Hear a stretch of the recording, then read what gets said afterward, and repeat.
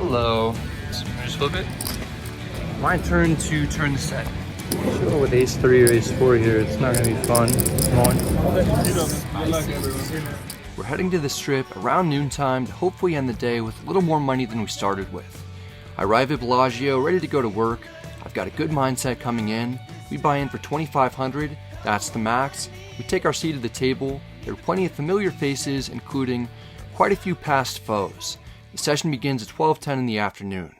In our first interesting hand, we pick up Queen Jack suited in the cutoff. This holding is certainly good enough to play from this position. I raise to 30. The button is fellow poker content creator Breno Campello. You can find him documenting his journey on Instagram. You can also find him 3-betting me here to 100. Since we opened in late position, Breno can be re-raising us with a fairly wide range. We've got a hand with a lot of potential. I call for 70 more to see a flop. We're heads up out of position. The flop comes Queen 4-3 with 2 hearts. We've got top pair with an okay kicker, but after getting 3-bet, it's tough to know for best. I check to the pre-flop aggressor. The button quickly makes it down bet to 70. This is a very reasonable price that we're getting. There's no benefit in raising because worse hands likely won't be calling and better hands won't be folding. I call to see the turn. The dealer puts out a 7 of diamonds. It's a blank. I check once again. I prefer to see a check back. Instead, the button bets 110. He's throwing so many barrels at us, it's making Donkey Kong jealous. 110 is another small sizing, which is somewhat concerning because it doesn't appear to be a bluff, and we don't beat all that much that he would have 3-bet us with pre-flop and then continued on 2 streets with for value. Still, we can't go anywhere for 110. I call one more time. The river's the 3 of spades, pairing the board. The flush draw misses. I check, really hoping that we don't see a 3rd barrel. The button thankfully checks back. We reveal our top pair. It's the best hand. Breno shows us that he 3-bet and fired on the flop and turn with pocket 9s. I'm surprised that he was willing to bet twice post-flop with 2nd pair on a queen-high board, but he thought that he had the best hand. Went for the double barrel there, huh? We get the win and are up a couple hundred. Not long after, we pick up pocket 3s in the cutoff. Onto the gun, min raises to 20. It's well-known poker pro Christian Soto. We've got a hand that we want to see a flop with. I call. I was happy seeing a flop for a very cheap amount. The big blind has other plans. He 3-bets to 70. The big blind is a recreational player and he went way too small since he has 2 opponents. He'll be playing from out of position. Under the gun calls for 50 more. We're getting over 3-1. I call for 50 more as well. The flop comes 6-5 deuce with 2 diamonds. We don't hit a set, but we've at least got a gutter and a backdoor flush draw. The big blind bets 100. It's too much for under the gun. He folds. If we can hit a 3 or 4, we'll probably have the best hand if we don't already. I call to see if we can improve. The turn is the queen of spades. I didn't want to see any high cards come out because the opponent might have 3-bet with an ace-queen type of hand. The big blind goes larger this time with a bet of 300. Perhaps our pair is in the lead if the big blind is blasting away with ace-king of diamonds or some other flush draw combo. But we don't need to risk another 300 because it's more likely that we're up against a monster and we'll need a lot of help. I fold.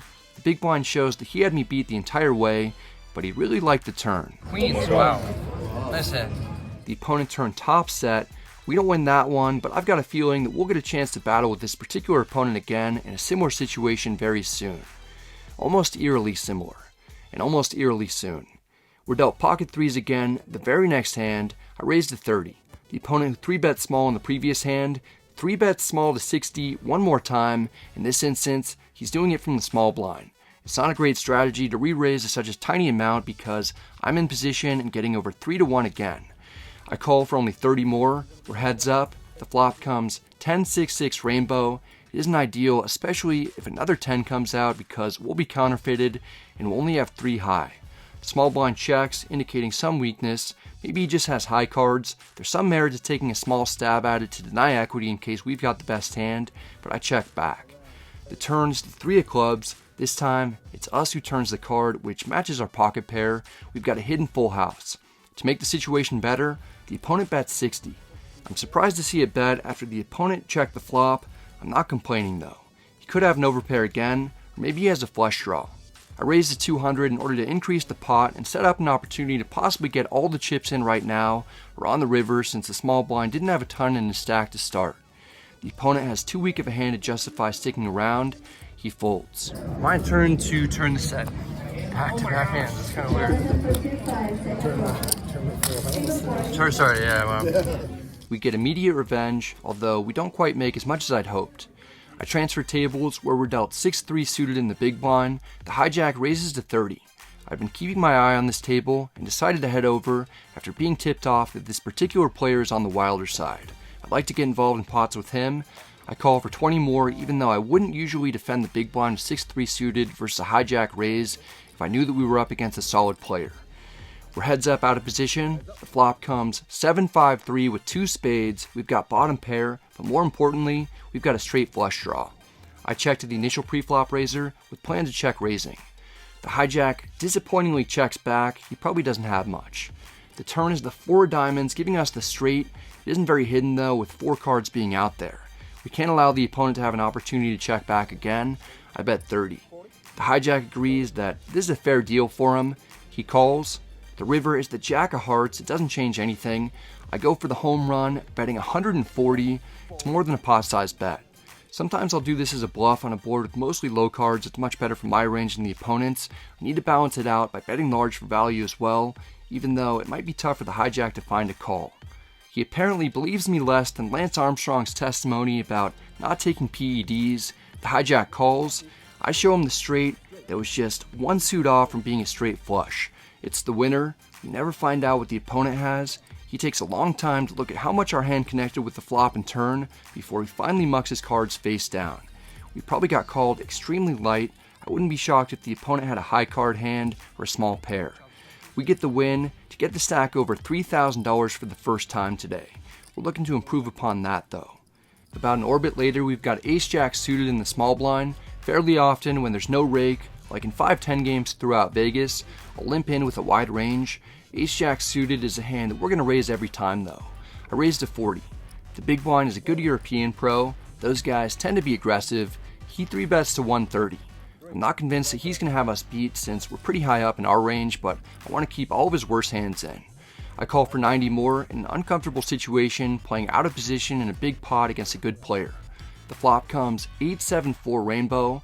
We've got very little except 2 overs and some backdoor draws. I check. The big blind isn't letting up. He bets 120. I expected him to c-bet at a high frequency. It's a bit too early to give up at this stage. I call to put up a fight. Any ace, jack, club, 10 or 9 will be good for us. The turn is the 3 of spades. The astute viewers may have noticed that this isn't a card that I mentioned that would help us. I check with intentions of folding if we see another bet. The big blind doesn't give us a chance to find the nearest exit. He checks back knowing that a board with a lot of low cards often won't be good for his 3-bet range, so it'll be tough for him to represent anything too strong. The river is the ace of hearts, giving us top pair, but we could still be beat by a number of combinations that the big blind might have played this way. I check to see what he wants to do.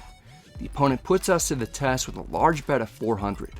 If he rivered an ace, we're probably not in good shape, and that's minimally what he's representing. We lose to ace king, ace queen, ace 8, ace 7, ace 4, and ace 3. We only beat ace 10, ace 9, ace 6, ace 5, and ace deuce, but the opponent likely would have continued bluffing on the turn with ace 6, ace 5, and ace deuce, since those would all be straight draws. I don't think that he'd go with this sizing with ace 10 or ace 9 either. I'm not even sure that he'd go that big with ace king or ace queen, come to think of it. It feels a lot like the opponent has ace 4 or ace 3, or he has nothing. Against certain players I know to be conservative, I'd strongly consider folding. Against Euro pros, I tend to apply as much pressure as possible. I can't let this go. Sure, with ace 3 or ace 4 here, it's not going to be fun. Okay, showdown please. King high. The opponent tried to bluff us with king 10 offsuit. We had him beat the entire way. The big blind knew that the ace on the river would be better for his range than ours, which is why he fired big, but it was better for our real hand than it was for his trash. We win a big pot. So far, transferring tables has worked out well. We're up close to 1,300 after playing for only about 2 hours. Next we've got pocket 10s in the small blind. The newer player at the table raises to 30 on the button. We'll be 3-betting with a lot of our pocket pairs from the small blind. I re-raised to 140 in an attempt to win without seeing a flop, or to build a pot in case we're able to drill a set. The button calls for 110 more. We're out of position with a lot of money in the middle. The flop comes 8-5-3 rainbow. The tricky thing with 10s is that even when overcards don't come out, When we don't make a set in a 3-bet pot, there's still no way to be sure if we've got the best hand because we could be up against queens, jacks, 8s, 5s, or 3s. We still need to bet in order to deny equity in case the opponent has 2 overs. I bet 200 for protection against ace-king and ace-queen types of hands and other suited Broadway holdings. Plus, we can get value out of worse hands like 9s. The button calls, there will be quite a few tough turns for us to navigate. The dealer puts out the king of clubs. That's one of the many that I didn't want to see. I check. Now that we've been reduced to second pair, the goal is to get to showdown cheaply. The button checks back, so he almost definitely doesn't have a set, and he likely doesn't even have top pair. 10s are looking pretty decent. The turn is the queen of clubs, completing the backdoor flush draw. We get relegated like Southampton. I check for the last time. The button senses weakness. He goes with a large sizing of 5-10, like a bully. I'm not totally buying his story that he suddenly has a monster after checking back turn. We even have a club in our hand, reducing the likelihood that the opponent has a flush. Maybe he could have king queen or pocket queens, but we ruled out all other set combos after the turn check. It feels like a bluff, so I'm very tempted to call. I wish I put out a blocker bet to get to showdown, or to have an easier decision to fold if we got raised. 5-10 is a bit too much when I don't beat anything that he's betting for value. I fold, not being sure if we were bluffed or beat by a genuinely strong hand, and we never find out. We'll be looking to get revenge though. Oh yeah, we'll be looking to get revenge alright. 15 minutes later, we've got pocket queens in the big blind. The button raises to 30.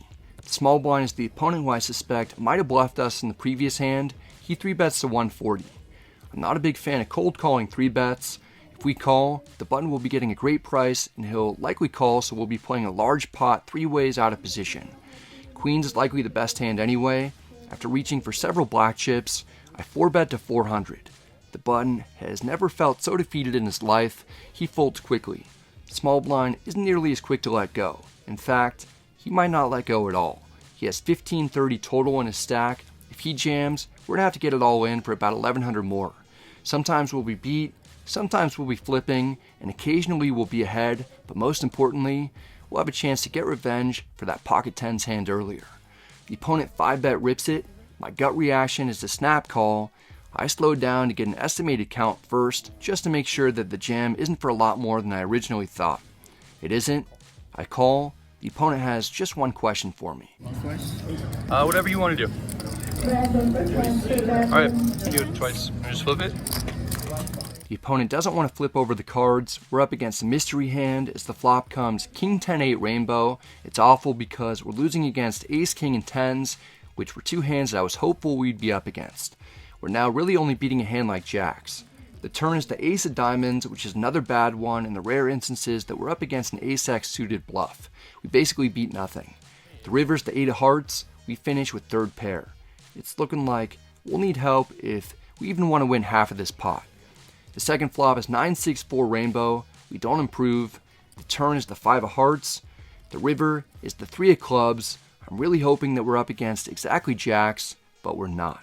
The opponent finally reveals what he has. Ace jack. Wow. Good thing we ran it twice. Good luck, everyone. Now it's a little more clear as to why the opponent was hesitant to flip his cards over earlier. To give you guys an indication of how surprised I am on a scale of 1 to finding out Andre 3000 put out a flute album, I'm about a 7 seeing that the small blind was willing to get it in for 150 big blinds with ace-jack suited. He clearly didn't believe me and got it in bad, but got bailed out by the deck. Luckily, we didn't exactly lose to him again. Still, a tie in this situation feels like a loss, and we need to get even more revenge. The entire table can feel the tension. The very next hand, we've got pocket 9s in the small blind. Our super nemesis is on the button. He raises to 30. The button must be punished, otherwise I won't be able to sleep at night. I 3-bet to 140. The button and I have quite the dynamic going. I don't anticipate seeing a fold after we were 5-bet jammed on light just moments ago. The button calls. We're heads up against the vlog's biggest villain since my ex-girlfriend stole my cat Cosmo almost 6 years ago. The flop comes Jack 9 deuce with 2 hearts. We've got middle set and a 3-bet pot against the perfect opponent to wreck. We're absolutely not slow playing against someone that we've got this history with. I grab chips to make about a 200. I'd love it if the button got out of line one more time. He's willing to at least stick around to see the turn. He calls. Perhaps he has a jack or a big draw. The pot is already quite large. The turn is the 7 of diamonds. An unlikely straight gets there, but it isn't too concerning at the moment. The pot has almost $700 in it. The opponent has 1205 total.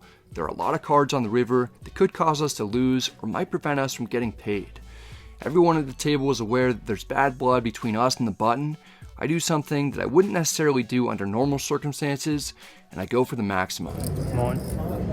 We overbet Rip It for almost twice the size of the pot, with the hopes that this will look like a bluff with a big draw. I might do something similar with Ace 10, King 10, or Queen 10 of hearts. The button doesn't immediately make a decision. He's extremely confused by the situation that he's found himself in. The opponent is mostly a silent tanker, but after taking almost 2 minutes to ponder everything, he feels the need to apologize to the table for taking so long. Sorry guys. I'm okay with him taking his time, especially if he convinces himself to make the call with a hand that's likely drawing slim at best. The opponent flips over a card and indicates that he's probably drawing stone dead.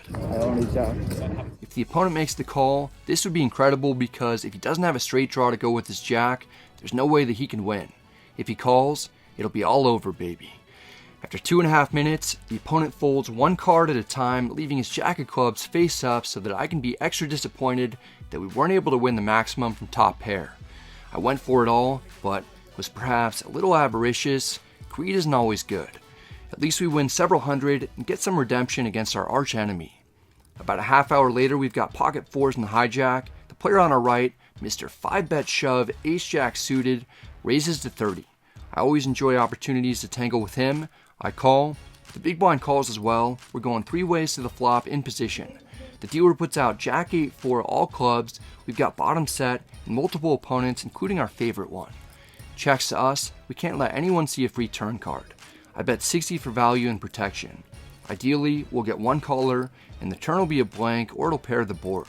The big blind folds. Almost as soon as the action's on the middle position player, he calls. Usually when a player calls quickly, it's a sign that they have a draw of some sort. The turn is the queen of clubs, downgrading us significantly to the point where we've really got almost no value at all. Everything got there, the opponent checks, we can't bet now, I check back with hopes of the board pairing. The river's the 9 of clubs, completely erasing our joy of flopping a set. We're playing the board and there's 4 to the straight flush out there. The opponent bets 300. This is extremely impolite. I'm not going to call 300 in order to hopefully chop 215. I fold. It's an unfortunate run out. At least we don't lose much. In this one, we're down ace 10 offsuit in the big blind. The button raises to 30. I call to close the action and see a flop with a fairly strong hand. The flop comes 10-6 deuce rainbow. We've got top against a good pro. I check it to the pre-flop aggressor. He's happy to continue firing. He bets 30. In this spot, I'll mix in calling or raising. Both are reasonable options. I go with a more aggressive approach and raise to 110. The button isn't bothered by our check raise. He calls for 80 more. It's hard to tell if we're ahead or behind. We're likely in the lead, but there are a lot of bad turn cards for us. The ace of clubs isn't one of those bad cards. We improved a top 2 pair, and it's a turn that'll often be good for the opponent's range. I briefly consider checking to allow him an opportunity to bet it. Instead, I keep the heat on with a bet of 200. The button isn't sure what to make of this. He probably doesn't believe that we're as strong as we are. The opponent doesn't have a hand good enough to stick around with. He folds. We let him know that he made the right decision not to do anything crazy, as we show that we were close to the top of our range. The opponent would later tell me that he got pretty out of line with his flop call, but doesn't say what it was specifically. We're mostly cruising today, as it's been a good session overall with only a few minor bumps along the way. Here we've got ace king offsuit under the gun. I raised to 30. 2 doors down from us is Jack Oliver. He got 3rd place in the 2021 WSOP main event for a $3 million payout. Jack 3-bets to 90. He shouldn't be 3-betting light very often. He should have a very narrow range consisting of mostly strong holdings with a lot to have us crushed. We don't necessarily want to 4-bet and play a massive pot against a good pro from out of position or possibly get 5-bet. I call for 60 more to disguise the strength of our hand and see a flop. The dealer puts out Jack 7-4 rainbow. We've got nothing except 2 overs and a backdoor straight draw. I check. Jack isn't going to play nice. He bets 100. Since we under-repped our hand pre-flop, I'm not in a hurry to let go of our cards just yet. I call to see if we can improve. The turn is the 8 of diamonds. We definitely don't improve, but the board connects well with our range as the color of the 3-bet, since we can have lots of sets and top pair combos. I check. Jack isn't as eager to bet after getting resistance on the flop. he checks back. The river's the 3 of spades, it's pretty much a blank. Perhaps our ace-king is best. It at least has a little showdown value. I check. Jack isn't interested in betting at all.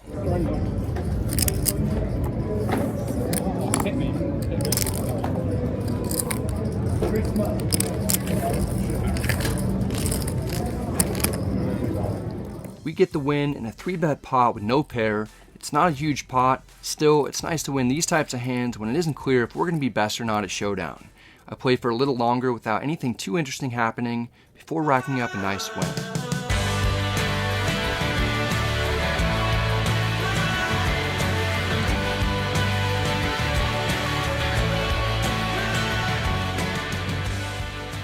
Played for a little over 5 hours today. I won $690 and got into quite a few interesting situations. Got into that all-in versus ace-jack suited. Too bad we didn't win both runouts on that one. We caught the guy getting out of line, but didn't pay off for us. Still nice to book a solid win going into the WPT World Championship stuff, and really excited for all of December with just all the tournaments that are going on. So this is probably one of the last cash game sessions I'll be playing for a little while.